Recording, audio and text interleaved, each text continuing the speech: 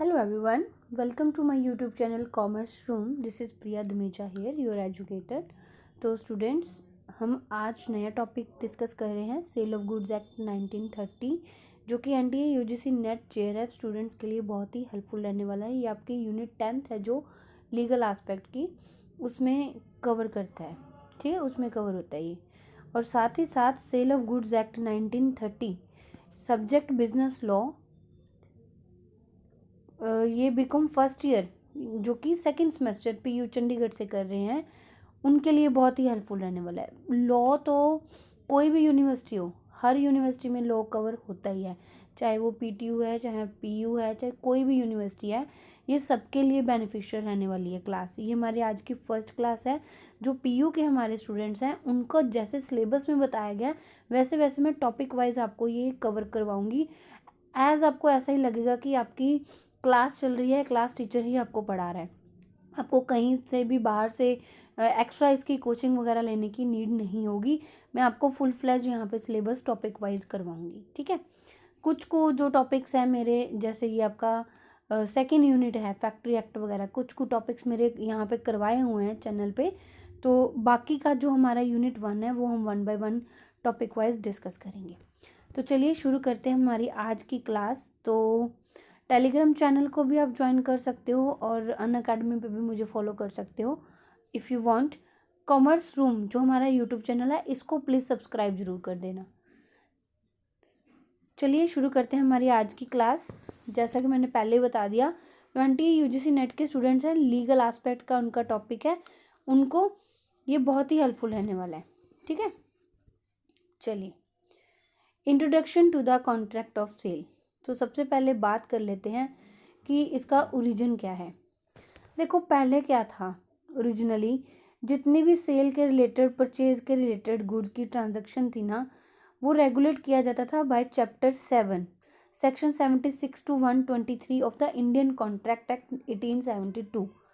तो जो आपका इंडियन कॉन्ट्रैक्ट एक्ट है ना स्टूडेंट्स, जो हमारे बीकॉम फर्स्ट ईयर के स्टूडेंट्स हैं, जो पहले आपने फर्स्ट सेमेस्टर में लॉ पढ़ा है, कमर्शियल लॉ पढ़ा है, उसकी बात करें, ये सारी चीज़ें उसी में कवर होती थी, जो कि बेस थी इंग्लिश कॉमन लॉ के ऊपर।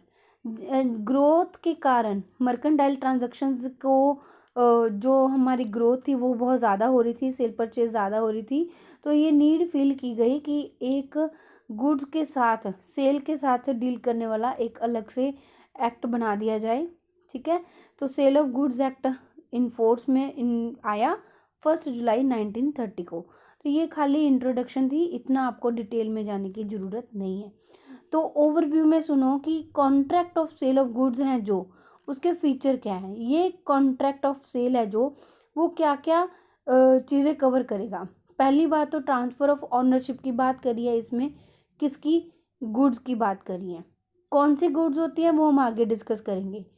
फिर उसके बाद जब आपने सेल कर दी है तो सेल के साथ साथ आपके कुछ राइट्स होंगे गुड्स के ऊपर, वो राइट्स भी आपने ट्रांसफ़र करने हैं।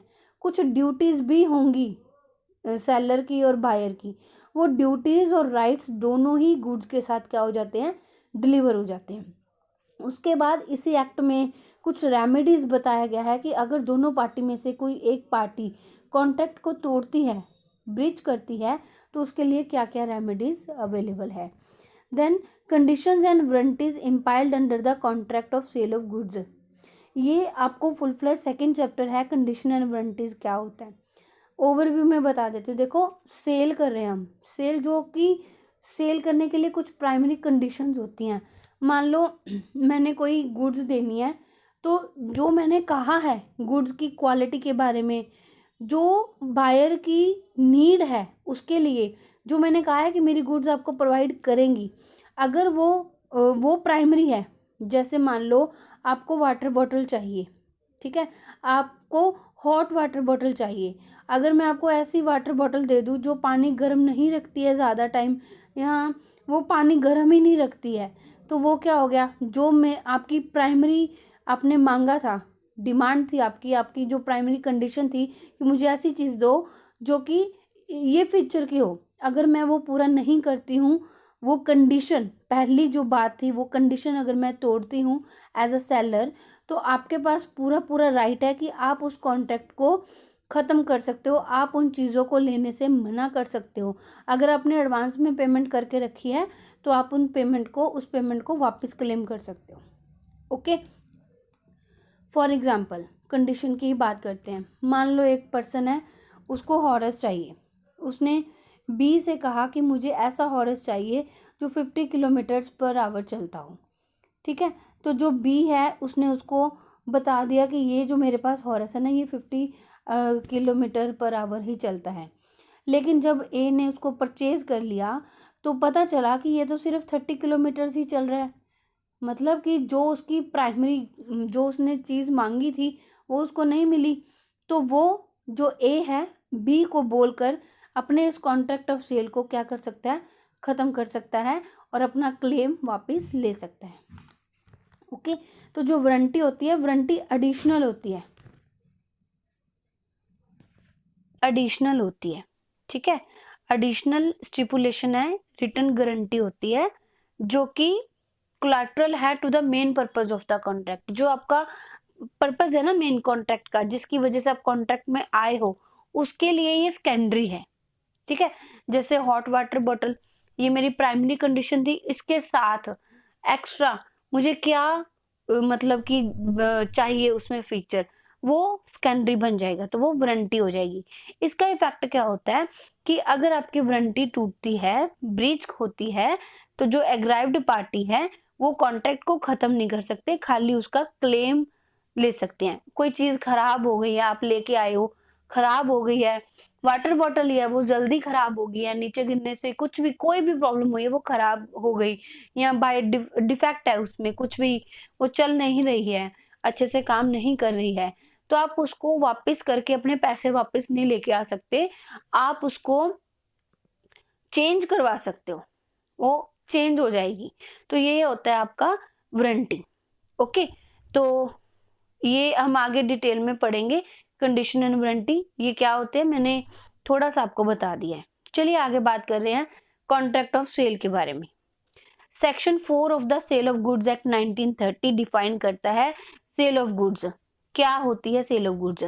Contract of sale whereby the seller transfers or agrees to transfer the property in the goods to the buyer for a price. Very important. Contract के बारे में तो सबको पता है, पिछले आप सेमेस्टर में स्टूडेंट्स पढ़ के आए हो। कॉन्ट्रैक्ट क्या है? कॉन्ट्रैक्ट दो पार्टीज के बीच में होता है, एक पार्टी ऑफर करती है, दूसरी पार्टी एक्सेप्टेंस देती है। जो हमारा वैलिड कॉन्ट्रैक्ट होता है, ठीक है, वैलिड कॉन्ट्रैक्ट को वो बनाते हैं, वो सारे फीचर्स उस कॉन्ट्रैक्ट में आ जाते हैं। जैसे लॉफुल होना चाहिए, ऑफर एंड एक्सेप्टेंस होनी चाहिए, म्यूचुअली दोनों पार्टीज को पता होना चाहिए कि किस कॉन्ट्रैक्ट के बीच में क्या क्या चीजें हैं, किसके लिए आप कर रहे हो, म्यूचुअल कंसेंट होनी चाहिए। ठीक है, और साउंड होना चाहिए पर्सन। ऐसे हमारे 10 पॉइंट्स बनते हैं जो कि ये कॉन्ट्रैक्ट को क्या बनाते हैं, वैलिड बनाते हैं। तो हमारा कॉन्ट्रैक्ट ऑफ सेल क्या है? जहां पे जो सेलर है वो ट्रांसफर करने के लिए या तो वो ट्रांसफर करता है या वो एग्री करता है कि वो ट्रांसफर करेगा। सेलर, एक सेकेंड, सेलर ट्रांसफर और agrees to transfer the property in the goods to the buyer for a price. देखो फ्री ऑफ कॉस्ट नहीं होगा, फॉर अ प्राइस होगा, कंसिडरेशन का होना जरूरी है। ये भी वैलिड कॉन्ट्रैक्ट के पॉइंट्स 10 एसेंशियल्स में ही आता है। तो कॉन्ट्रैक्ट ऑफ सेल क्या इंक्लूड करती है? Both sale and agreement to sale, दोनों चीजें ही आ जाती हैं। दूसरे शब्दों में हम कह सकते हैं कि contract of sale, the seller in the capacity of the owner or the part of the good part owner of the goods transfer or agrees to transfer the ownership in the goods to the buyer। Ownership transfer करने के लिए अगर वो ready है, ठीक है, एक agreed amount के ऊपर, वैल्यू के ऊपर, जिसको हम प्राइस बोलते हैं, और बायर है जो वो प्रॉमिस कर रहा है, तो दोनों के बीच में एक कॉन्ट्रैक्ट बन जाता है जिसको हम कॉन्ट्रैक्ट ऑफ सेल कहते हैं।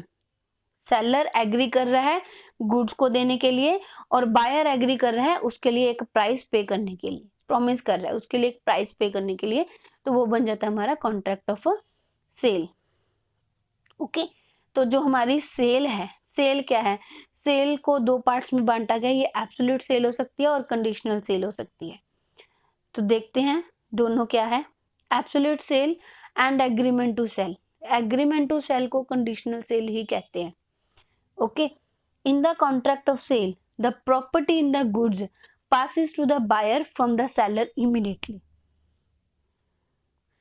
कॉन्ट्रैक्ट ऑफ सेल में क्या होता है कि जो प्रॉपर्टी है, जो गुड्स वगैरह है, वो बायर को ट्रांसफर कर दी जाती है इमीडिएटली। जैसे आप किसी भी शॉप पर जाते हो, प्राइस पे करो, गुड्स अवेलेबल हैं तो वो आपको उसी टाइम दे देते हैं, फिर उसके बाद ओनर उसके आप बन जाते हो, तो वो बन जाता है हमारा contract of sale. There remains nothing to be done thereafter. इसके बाद कुछ भी नहीं करना होता है। आपने पैसे दे दिए, उसने आपको चीजें दे दी हैं, गुड्स दे दी हैं, अब अपने गुड्स को लेके घर आ गए हो, क्योंकि अब ओनर आप बन चुके हो। एग्रीमेंट में क्या होता है, एग्रीमेंट में to sale the transfer of property in the goods take place at the future time. हमने अभी कुछ भी आपको नहीं दिया, एज अ सेलर मैंने आपके साथ प्रॉमिस किया है कि मैं आपको फ्यूचर में गुड्स प्रोवाइड करूंगी, लेकिन अभी भी मैंने आपको कुछ नहीं दिया है, लेकिन सर्टेन कंडीशंस के पूरा होने पर। ओके, तो फ्यूचर टाइम की बात कर रहे हैं, जिसको हम कंडीशनल सेल बोलते हैं। Every transaction originates in the agreement to sell and terminate in the sale. हर एक ट्रांजेक्शन एग्रीमेंट से शुरू होती है और खत्म कहाँ पे होती है, सेल पे। जब मैं चीजें आपको दे दूंगी, आप मुझे पूरा प्राइस पे कर दोगे, तो वो हमारी सेल हो जाएगी, सेल कहलाएगी फिर। तो contract of sale and agreement to sale become, रुको, in a contract of sale an agreement to sell becomes a sale subject to the fulfillment of certain condition। जब आपकी कुछ कंडीशंस पूरी हो जाती है, फ्यूचर में की बात कर रहे हैं, तो वो एग्रीमेंट क्या बन जाएगा, वो सेल बन जाएगा। ठीक है, आई होप यहाँ तक आपको क्लियर होगा। देखो, एब्सोल्यूट सेल या एग्रीमेंट टू सेल क्या है। एब्सोल्यूट सेल आपकी जिसमें आप इमीडिएटली गुड्स को ट्रांसफर कर देते हो, गुड्स बायर को इमीडिएटली मिल जाती है। और कंडीशनल सेल या फिर एग्रीमेंट टू सेल क्या होगा, जिसमें बायर को अभी चीजें नहीं मिल रही हैं, फ्यूचर में जाके मिलेंगी। ओके, आई होप यहाँ तक आपको क्लियर होगा। तो इंट्रोडक्टरी पार्ट आपका फिनिश। देन बात कर रहे हैं essential for the contract of sale. Essentials पढ़ने बहुत ज्यादा जरूरी है। जैसे आपने कॉन्ट्रैक्ट में पढ़े थे ना, 10 असेंशियल्स की अभी मैंने बात करी, जो जैसे कंसल्टेशन हो गया, म्यूचुअल कंसेंट हो गया, साउंड पार्टी होना चाहिए, जो आपका कॉन्ट्रैक्ट है वो लॉफुल होना चाहिए, ऑब्जेक्टिव आपका लॉफुल होना चाहिए।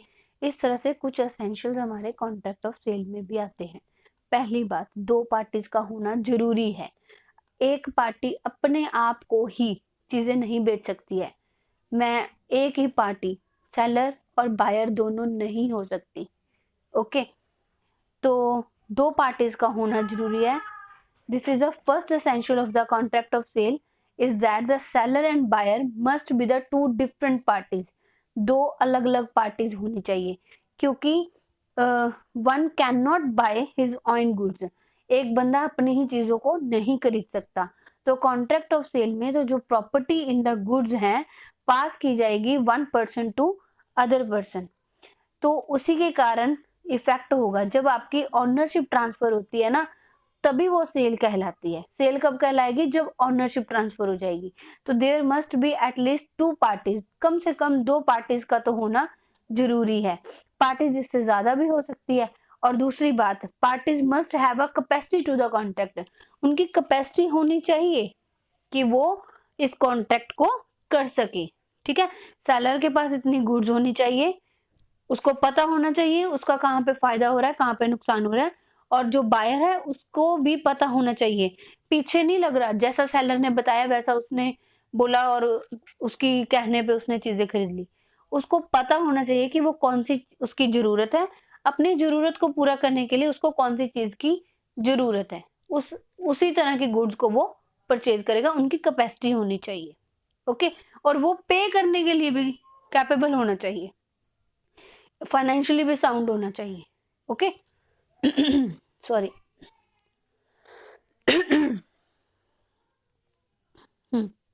नेक्स्ट है transfer of property, most important. जब तक प्रॉपर्टी ट्रांसफर नहीं होगी तब तक वैलिड सेल नहीं बनेगी। तो वैलिड सेल के लिए ट्रांसफर करना प्रॉपर्टी का बहुत ज्यादा जरूरी है, ठीक है। तो there must be a transfer of a general property in the goods to the buyer.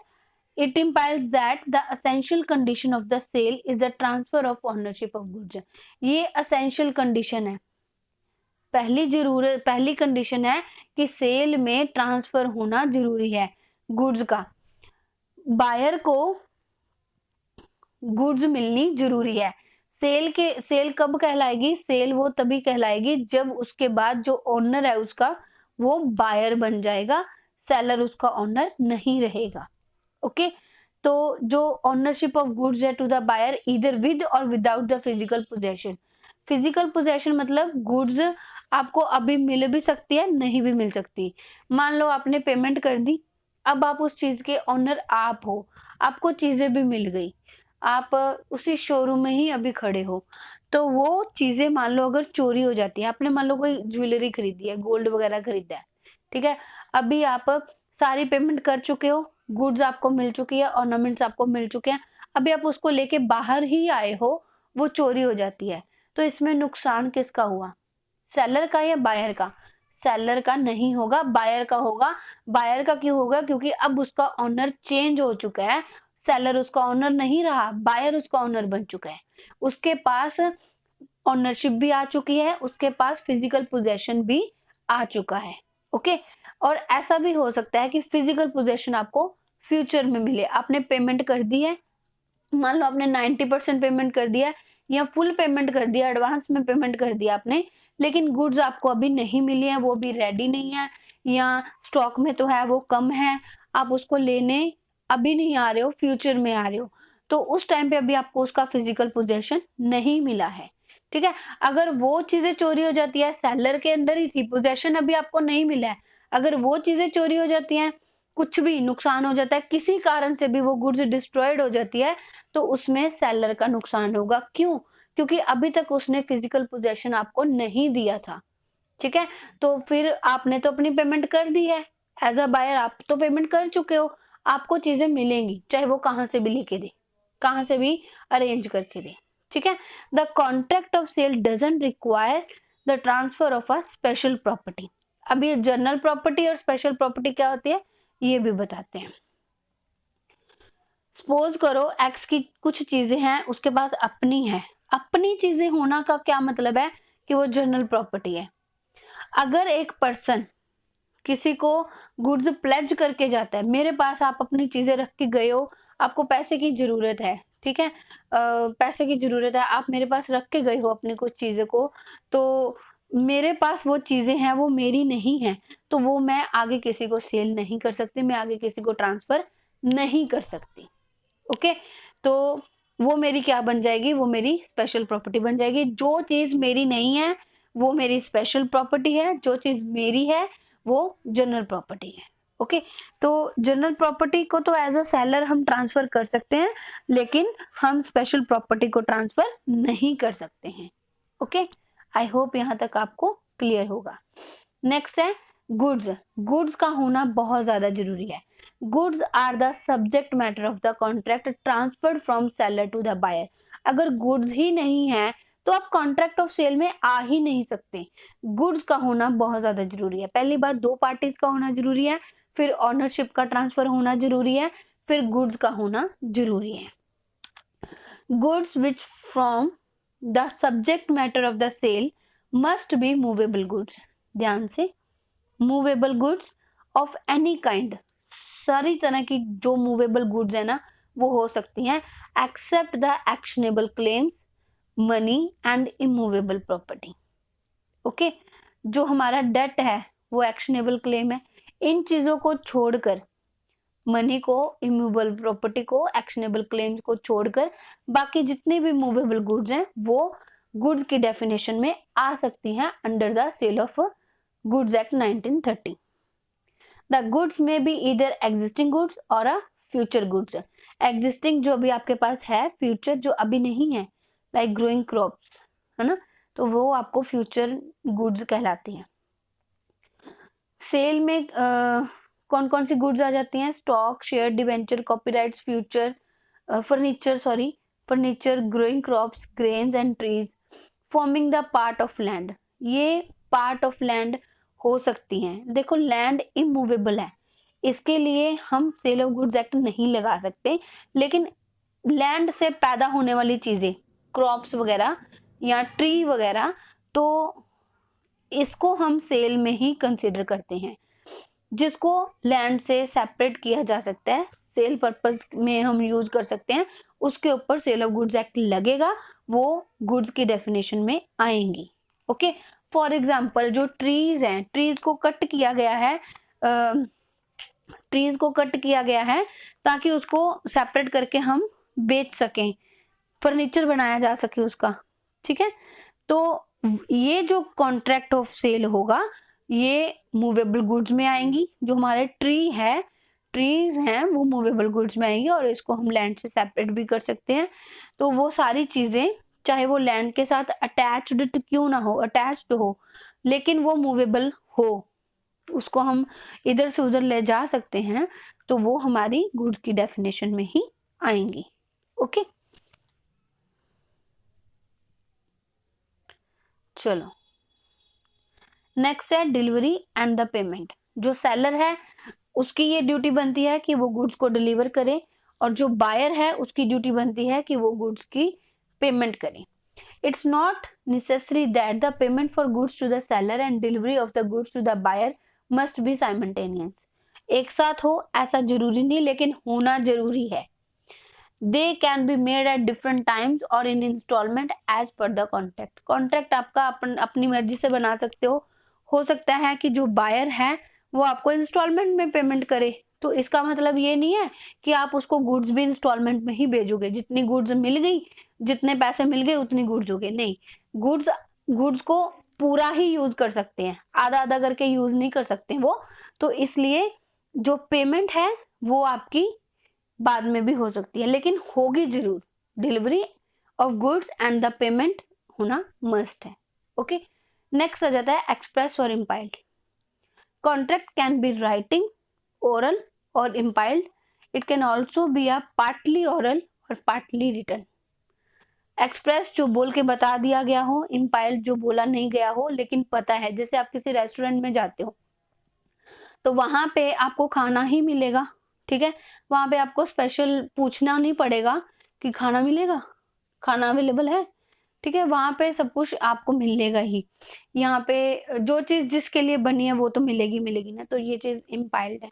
तो ये आपकी राइटिंग में भी हो सकती है, ऑरल में भी हो सकती है, इम्पाइल्ड भी हो सकती है। ठीक है, नेक्स्ट है consideration is the price. Consideration क्या होता है? Something in return. दोनों पार्टीज का फायदा होना चाहिए। अगर बायर को गुड्स मिल रही हैं उसकी जरूरत के अनुसार, नीड को पूरा करने के लिए, तो सेलर को भी कुछ मिलना चाहिए। क्या मिलेगा उसको प्राइस मिलेगा। तो जो आपकी कंसिडरेशन है वो प्राइस होना चाहिए। कॉन्ट्रैक्ट ऑफ सेल में प्राइस होना चाहिए जो कि मनी है। No sale is possible without money consideration. पैसे की कंसिडरेशन के बिना कोई भी सेल पॉसिबल नहीं है। अगर गुड्स के बदले में गुड्स एक्सचेंज कर रहे हैं या रेम्युनरेशन हो रहा है, रेम्युनरेशन फॉर द वर्क और labour, the transaction is not a sale. जैसे किसी वर्कर से आप काम ले रहे हो, उसके बदले में गुड्स दे रहे हो, सैलरी नहीं देके, रेम्युनरेशन नहीं देके, उसके काम के लिए आप उसको गुड्स दे रहे हो, तो वो सेल नहीं कहलाएगी। फॉर एग्जाम्पल, आपके वर्कर ने 8 आवर्स आपके पास काम किया, आपने उसको रेम्युनरेशन नहीं दिया, वेजेस वगैरह नहीं दिए, उसके बदले में आपने उसको गुड्स दे दी, तो इसका मतलब ये नहीं कि वो आपकी सेल हो गई। सेल नहीं होगी जब तक आपके पास पैसे नहीं आएंगे, वो सेल की कैटेगरी में नहीं आएगा। ओके, तो ये सिर्फ बार्टर होता है, बार्टर सिस्टम, जिसमें आप पैसे की बजाय चीजों के बदले चीजें या उससे सर्विसेज लेते हो, तो वो आपका बार्टर सिस्टम होता है। ठीक है, तो यहाँ पे कोई कंसिडरेशन नहीं है। जब कोई कंसिडरेशन नहीं होगी तो कोई सेल भी नहीं होगी। Consideration which consists of partly in cash or partly in goods constitutes a valid contract। अगर कंसिडरेशन आपकी कुछ कैश में आ गई है, कुछ आप उसकी चीजों के बदले में, जैसे अभी यहाँ पे हमारे प्रेजेंटली चलता ही है एक्सचेंज। पुराना मोबाइल लेके जाते हैं, पुराना बेच देते हैं, थोड़े से पैसे और देते हैं, तो नया फोन हमें मिल जाता है, तो वो भी एक वैलिड कॉन्ट्रैक्ट ही होगा, वैलिड सेल ही होगी। लेकिन ऐसा बिल्कुल भी नहीं है कि आप बदले में कुछ भी पैसे ना दो, कुछ भी कैश ना दो, कैश होना जरूरी है। ओके, क्या एग्जाम्पल है? When a new motorcycle is supplied in the exchange of old one and the difference received by the seller in cash, it is called the valid consideration for a contract of sale। वही जो mobile की बात करी हमने, यहाँ पे हमें bike की बताया हुआ है, मोटरसाइकिल की बताया है कि आप पुरानी देके नई लेके आ रहे हो, तो जो डिफरेंस है वो सेलर को कैश में मिल गया, तो ये भी वैलिड ही कहलाएगा। Further, the existing debt due from the seller to the buyer is a sufficient consideration for the contract of sale। दूसरी बात, जो डिफरेंस है ना, जो भी डिफरेंस है, जो भी डेट वगैरह होगा, वो सफिशिएंट कंसिडरेशन होना चाहिए। कंसिडरेशन जो वैल्यू होनी चाहिए किसी चीज की, उतनी वैल्यू की ही आपको मिल रही है, उससे कम नहीं मिलनी चाहिए, ना ही ज्यादा मिलनी चाहिए। ठीक है, इक्वल होनी चाहिए, सफिशिएंट होनी चाहिए। For example, X agrees to give his dining table to Y if Y gives X his radio set। ये बार्टर सिस्टम कहलाएगा। अगर आप टेबल के बदले में रेडियो सेट ले रहे हो, तो वो गुड्स के बदले में गुड्स आ गई, यहाँ पे पैसे नहीं आए, तो ये बार्टर है, बार्टर सिस्टम है, इसमें सेल में ये काउंट नहीं होगा। ओके, तो ये वैलिड कॉन्ट्रैक्ट ऑफ सेल नहीं कहलाएगा। आई होप यहाँ तक आपको क्लियर होगा। Essential element of a valid contract, ये वैलिड कॉन्ट्रैक्ट के जो असेंशियल एलिमेंट्स है वो सारे यहाँ पे भी होने चाहिए, तभी आपकी जो कॉन्ट्रैक्ट ऑफ सेल है वो वैलिड मानी जाएगी। Okay, all the essentials of a valid contract, all the essential of a valid contract, जैसे कि कॉम्पिटेंट पार्टी होनी चाहिए, फ्री कंसेंट होना चाहिए, लीगल ऑब्जेक्ट होना चाहिए। ये 10 की लिस्ट बनी हुई है, 10 ऐसे एसेंशियल है वैलिड कॉन्ट्रैक्ट के जो कि आपको फुलफिल करने होते हैं कॉन्ट्रैक्ट ऑफ सेल के लिए भी। देखो, कॉन्ट्रैक्ट तो हो रहा है ना, जहाँ पे कॉन्ट्रैक्ट हो रहा है वहां पे एसेंशियल, उन 10 एसेंशियल्स का होना भी मस्ट है। तो इसको पूरा करोगे तभी आप एक वैलिड कॉन्ट्रैक्ट फॉर्म कर पाओगे, तभी आपको वो आपका जो कॉन्ट्रैक्ट होगा वो इन्फोर्सेबल बाय लॉ होगा। Transfer of possession and ownership under the act has to be voluntary and not tainted with the fraud and the dues। ये सारा क्लियर होना चाहिए, साफ होना चाहिए, कुछ भी यहाँ पे ठगी चोरी वगैरह नहीं होनी चाहिए। ओके, नेक्स्ट आ जाता है sale and agreement to sale. छोटा सा टॉपिक है, देखो ये 7 एसेंशियल्स हैं कॉन्ट्रैक्ट ऑफ सेल के लिए। इसके बाद फर्दर जो 7th पॉइंट है, इसमें सारे के सारे 10 के 10 वो पॉइंट कॉन्ट्रैक्ट ऑफ सेल के आएंगे हमारे। सेल क्या है? जिसमें ऑनरशिप पास की जाती है बायर को, और एग्रीमेंट टू सेल क्या है? जिसमें ऑनरशिप अभी भी सेलर के पास ही है। ये एक एग्जीक्यूटेड कॉन्ट्रैक्ट है, ये एग्जीक्यूटरी कॉन्ट्रैक्ट होते हैं। इसमें रिस्क ऑफ लॉस है, साथ के साथ बायर को ट्रांसफर हो जाता है। इसमें रिस्क ऑफ लॉस है, वो सेलर के पास ही रहता है। सेलर है जो वो रीसेल नहीं कर सकता गुड्स को सेल के बाद। फॉर एग्जांपल, मैंने गुड्स परचेज कर ली है, मैंने पैसे दे दी हैं, गुड्स मेरी हो चुकी हैं, गुड्स मैंने ले ली है, लेकिन अभी तक मैंने वहां से उठाई नहीं है, वो अभी भी सेलर के पास ही पड़ी हुई है। मैंने उसको बोला कि मैं आपसे थोड़ी देर में आके ले जाती हूँ, तो वो जो पर्सन है जिसको उस चीज के पैसे मिल चुके हैं, वो रीसेल नहीं कर सकता, किसी और को नहीं दे सकता, क्योंकि उसकी ओनर कौन है? अब मैं हूँ। ओके, तो एग्रीमेंट टू सेल में थर्ड पार्टी को हम बेच सकते हैं, क्योंकि ओनरशिप तो अभी भी सेलर के पास है। जिसके पास ओनरशिप है वही सेल कर सकता है। ठीक है, जब सेलर के पास ओनरशिप नहीं रहेगी तो उसका कोई राइट भी नहीं रहेगा गुड्स के ऊपर, तो फिर वो रीसेल नहीं कर सकता।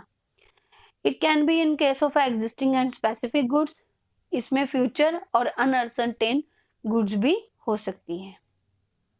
नेक्स्ट आ जाता है difference between sale and hire purchase. देखो, जो सेल है वही साथ के साथ ऑनरशिप ट्रांसफर हो जाती है बायर को, इमीडिएटली गुड्स भी ट्रांसफर कर देते हैं। हायर परचेज में क्या होता है कि ownership of goods transfer to the buyer on the payment of all the instalments. जब वो फुल पेमेंट कर देगा तभी उसको ऑनरशिप मिलती है। तो जो बायर है सेल में लमसम पेमेंट करता है, हायर परचेज में इंस्टॉलमेंट बाय इंस्टॉलमेंट वो पेमेंट करता है। तो बायर पे only for the price of goods, इसमें बायर को सिर्फ चीजों की कीमत देनी पड़ती है, इसमें उसको साथ में इंटरेस्ट भी देना पड़ता है, plus interest. Okay. Seller can not take back the goods, जिसने गुड्स को एक बार दे दिया, उसको पैसे मिल गए हैं, तो वो अपनी चीजें वापस नहीं मांग सकता। लेकिन हायर परचेज में क्या होता है कि अगर बायर पूरी पेमेंट नहीं कर पाता टाइम पे, जब वो नॉन पेमेंट की कैटेगरी में आ जाता है, पैसे नहीं दे रहा है, तो वो जो ऑनर होगा, सेलर होगा, क्योंकि ऑनरशिप तो लास्ट में ट्रांसफर होनी है ना, तो ऑनर कौन है, अभी भी चीजों को यूज बेशक बायर कर रहा है, लेकिन ऑनर अभी भी सेलर है, तो वो अपनी गुड्स को वापस ले सकता है। Seller and the buyer can not terminate the contract, एक बार सेल हो गई उसके बाद दोनों में से कोई भी टर्मिनेट नहीं कर सकता जब तक कंडीशन और वारंटी ब्रीच नहीं होती है। वापस तो करनी नहीं है, वारंटी के केस में भी नहीं करनी है, जब कंडीशन ब्रीच होती है तभी वो वापस कर सकता है, टर्मिनेट कर सकता है, अदरवाइज नहीं कर सकता, दोनों में से कोई भी नहीं कर सकता। सेलर और a buyer can terminate the contract, इसमें कॉन्ट्रैक्ट टर्मिनेट हो सकता है। Okay, so this was all about your introductory part of sale of goods act 1930, तो जिसमें हमने डिफरेंस किया सेल एंड हायर परचेज का, एग्रीमेंट का, 7 essentials of contract of sale, ठीक है, एंड उसके बाद सेल क्या होती है, कॉन्ट्रैक्ट ऑफ सेल की डेफिनेशन क्या है। सो चलिए बाकी का हम अपने नेक्स्ट क्लास में करते हैं, 1 बाय 1 सारा का सारा ही कवर करेंगे। चैनल को सब्सक्राइब जरूर कर दीजिएगा, बेल आइकन को प्रेस करना मत भूलना, ताकि आपको टाइम टू टाइम इंफॉर्मेशन मिलती रहे, अपडेट मिलता रहे। चलिए मिलते हैं हमारी नेक्स्ट क्लास में। लेसन्स अच्छे लगते हैं तो प्लीज लेसन्स को शेयर जरूर करना। Thank you.